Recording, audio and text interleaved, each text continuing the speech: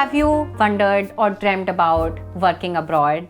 Or have you already dreamt about working abroad but are unaware about the sad realities and the other flamboyant things that are accompanied when you're working abroad? Then hi, welcome to my channel. I'm on a chai break. Whenever I'm on a chai break, I shoot these videos for all of you.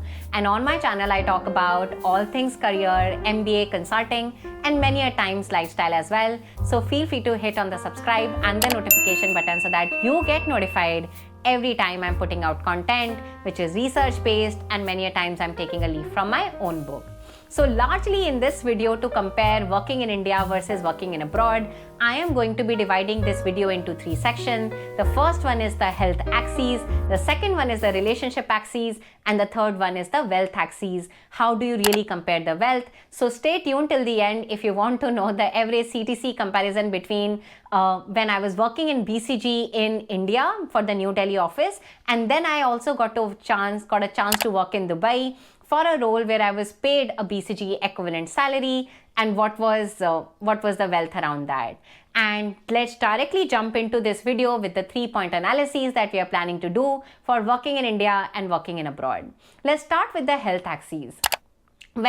Specifically when I was working, for example, in India, either it be for BCG or Government of India or Groupon India, I have realized that relatively my health was not so strong. That could also be because of the circumstances. My last one year at BCG was actually spent during the pandemic. That means the gyms were shut. Everyone was just coping up with the new normal. That means that I was also gaining weight on the weighing scale and I was not really very healthy.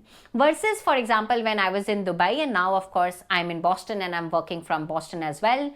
Because of the societal construct, because largely you find that in cosmopolitan cities like Dubai and Boston, people around are just so much fitter. The consciousness and the focus on health in abroad relatively you will find is relatively more than in India. You would find that people are leaving offices on time and they are very clear to their employer that I want to leave because I have to hit the gym, and the employer respects as well because perhaps your boss has to hit the gym also. And gymming is not just the only thing that can actually take care of your health. Your diet, your calorie intake, the lifestyle, just on a other level, Delhi is fairly polluted city. And of course, Boston is one of the best cities and my favorite cities in the world. And of course, I've lived for a short period of time in Paris as well. What I realized is on a health axis, you just feel more fitter. You feel more motivated to hit the gym. And this could, of course, change from person to person. In my case, I've largely felt that my health has been relatively better because I walk long distance, I take metro versus the comfortable life many a times in India. So that's the section number one. Feel free to comment on this video if you have ever felt because of your work or because of your employer, your health took a toll, and I really look forward to hearing about your experiences. Which brings us towards the second section, which is largely around relationships and your friends. In India, of course, because I was living with my parents, my friends from St. Stephen's College, my friends from ISB were living in Delhi. Many a times I would go on chai breaks, many a times for wine, and for family catch-ups and for family lunches as well. There is a better sense of camaraderie, there is a better sense of community. When you work abroad, especially if you have never had a degree abroad. So for example, when I live in Boston right now, I know a lot of people here in Boston because I did my exchange semester 3 years ago from Harvard Business and Fletcher School of Law and Diplomacy, and the grads from that program are actually currently in Boston. But had I not actually studied here, the culture of working abroad, many a times people may not be your friends as such, at least, and that's my experience in US. I have a lot of friends who say that I miss working in India because the culture of having friends / colleagues in India is relatively higher than abroad. People are little more, I would say, transactional in nature rather than have a sense of community at work. I may be wrong. These are my experiences. These are the experiences that I've heard from friends who have graduated from Wharton and are working at Mckinsey, Amazon, and leading private equity firms. And these are the experiences I have had as well. Having said this, the firms that recruit you when you are working abroad. So for example, when I was working in Dubai, my partner and my husband was actually given free insurance. We both were given business class tickets to actually fly from India to Dubai, and a lot of allowances were given for my partner as well, and that actually enhanced a lot of my experiences. But I could understand, if you're moving abroad, you do not have a sense of friends already, you do not have family, or you do not know anyone, you do not even have a partner, many a times it could tend out to be lonely. So, and those are the experiences I've heard from my friends, so I definitely did want to bring that out. So be ready to actually proactively make connections with your neighbors, with your friends at work, and perhaps outside as well, because you are uprooting yourself from your home location. Which brings me towards the third axis, which is largely around wealth.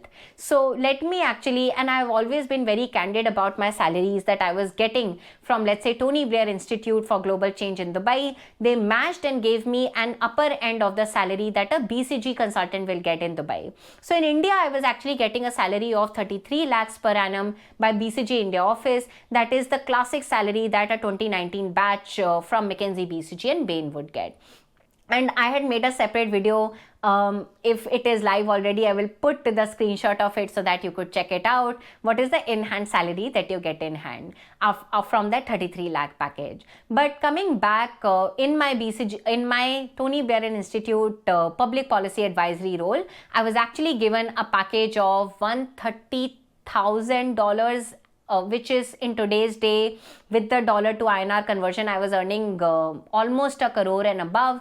And because in Dubai you are absolutely tax free, that means you save a lot. I know that you could talk about the purchasing power parity in Dubai, because I was a consultant, I was almost many a times on travel, and my expenses were almost always less than 20% of, and 20% is also an upper cap, were almost always less than 15 to 20% of my salary. That means I was able to save a lot. That could not take place when you're working in US or you're working in many other markets. So that's on the wealth axis. I hope that you find this insightful and enriching. But many a times people always say, very often for Dubai, that Dubai is a place where you want to make quick and rich money, you save a lot, and then of course you come back home to spend time with your family members.